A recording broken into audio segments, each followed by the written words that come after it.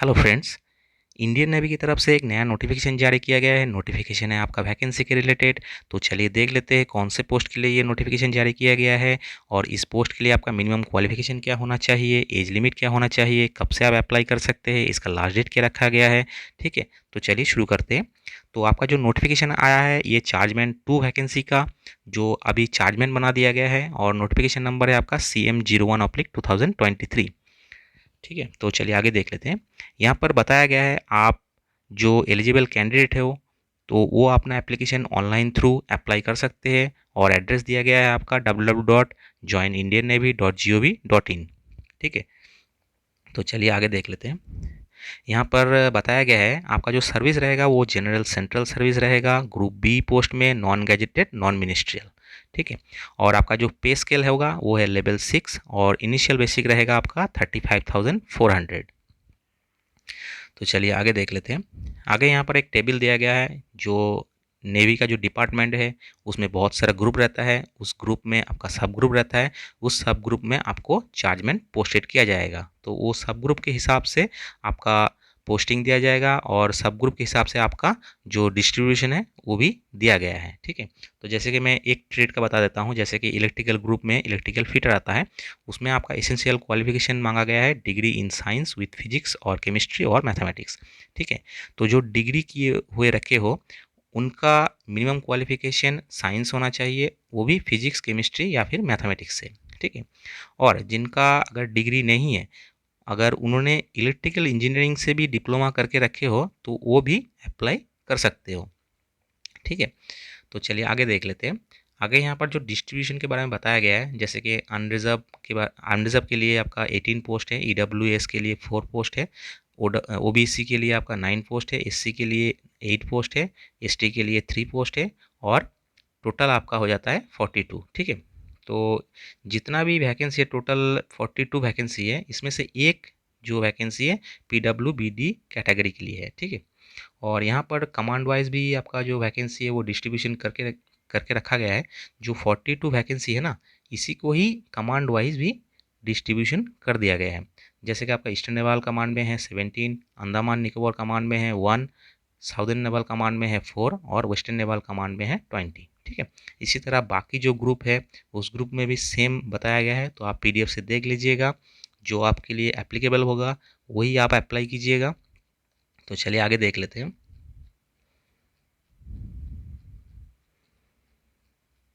हाँ, यहाँ पर आपका बताया गया है एज लिमिट के बारे में, रिलैक्सेशन के बारे में। ठीक है, तो आपका जो एज लिमिट रखा गया है वो है 18 से लेके 25 तक, जो अनरिजर्व कैटेगरी का जो कैंडिडेट्स है उनके लिए।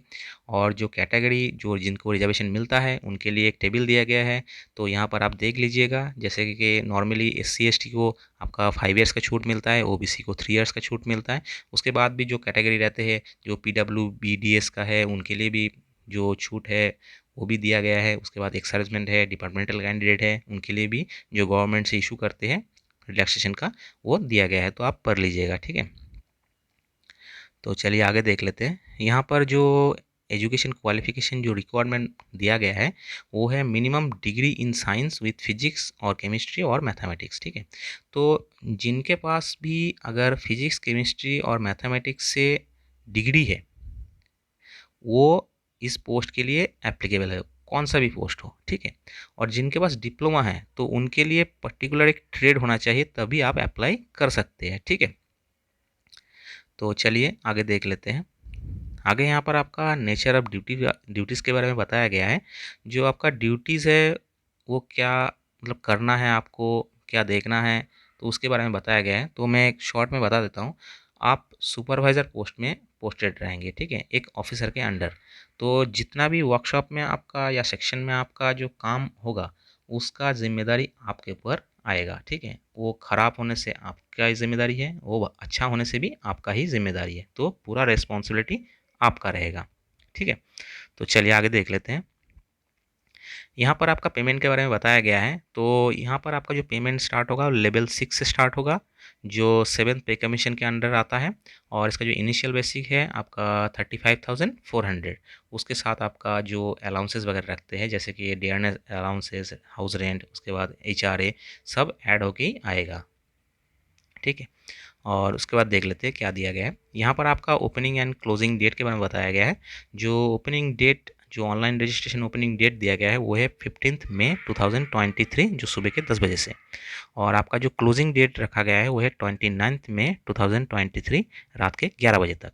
तो 15 डेज़ का ही टाइम दिया गया है। तो जितना भी इंटरेस्टेड कैंडिडेट है वो अपना एप्लीकेशन जल्दी से सबमिट कर दीजिएगा, क्योंकि लास्ट डेट तक अगर आप वेट करेंगे तो आपका एप्लीकेशन नहीं भी सबमिट हो सकता है। ठीक है, तो एटलीस्ट 4-5 दिन पहले कंप्लीट कर दीजिएगा। यहाँ पर कुछ जनरल इंस्ट्रक्शन के बारे में बताया गया है, तो ये आप पढ़ लीजिएगा। ठीक है, तो चलिए आगे देख लेते हैं। आगे यहाँ पर कैसे आप अप्लाई करेंगे उसके बारे में बताया गया है। तो आप अप्लाई करने के लिए आपको ऑनलाइन पे जाना पड़ेगा www.joinindiannavy.gov.in पे। उसके बाद आपका ज्वाइन नेवी करके ऑप्शन आएगा, उसमें क्लिक कीजिएगा। उसके बाद वे टू ज्वाइन ऑप्शन आएगा, उसमें क्लिक कीजिएगा।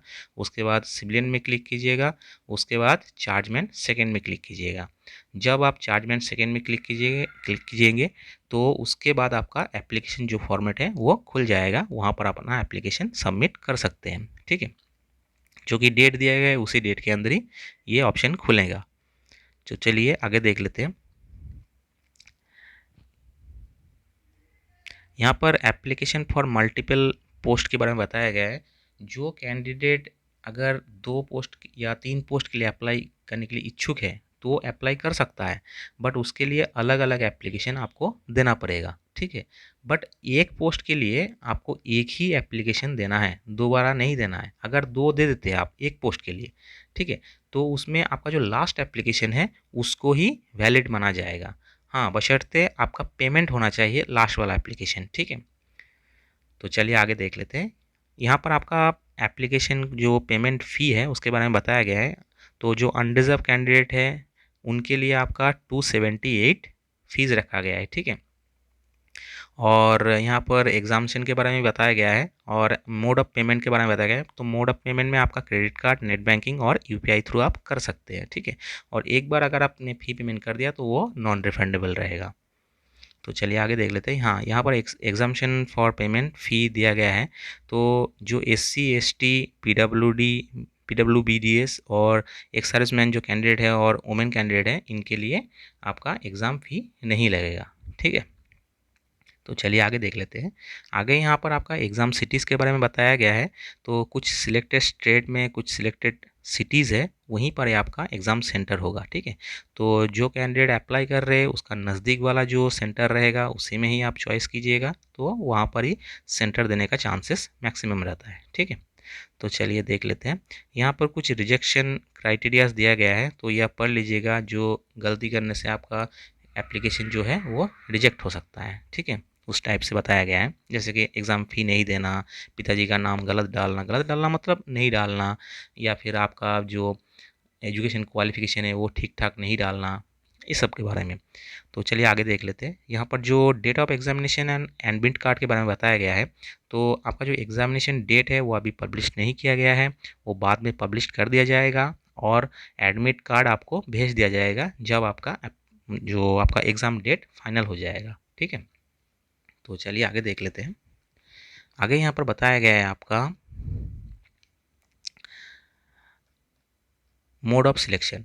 तो मोड ऑफ सिलेक्शन में क्या है, तो जो बहुत सारा एप्लीकेशन आता है उस एप्लीकेशन में आपका स्क्रीनिंग किया जाता है कि कोई एप्लीकेशन अगर गलत ना हो, किसी का नाम गलत डाला हुआ हो, क्वालिफिकेशन के साथ जो एडमिट कार्ड है उसके साथ आपका जो नाम मैच नहीं कर रहा है, ये सब जो एप्लीकेशन फॉर्म आते हैं उसको छांट दिया जाता है। तो जो फ्रेश एप्लीकेशन है उसको ही मतलब वैलिड माना जाता है। तो जो वैलिड कैंडिडेट है उनको उनके लिए आपका एग्ज़ामिनेशन होता है और उन्हीं को ही एग्ज़ाम के लिए एडमिट कार्ड भेजा जाएगा। ठीक है, तो आपका जो स्कीम ऑफ एग्ज़ामिनेशन है उसमें 100 ऑब्जेक्टिव क्वेश्चन रहेंगे। उसमें से आपका जो सब्जेक्ट रहेगा, जैसे कि जनरल इंटेलिजेंस और एंड रीजनिंग 10 मार्क्स का, न्यूमेरिकल एप्टीट्यूड का 10 मार्क्स का, जनरल इंग्लिश का 10 मार्क्स का, जनरल अवेयरनेस का 20 मार्क्स का, और syllabus specific to the post of applied for.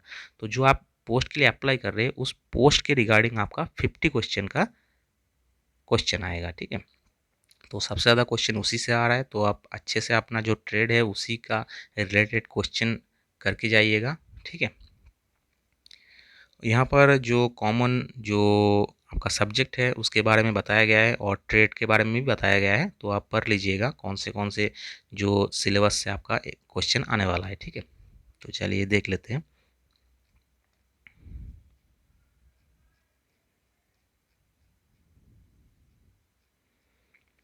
यहाँ पर आगे और कुछ है नहीं, तो चलिए मेरा वीडियो यहीं ख़त्म करता हूँ।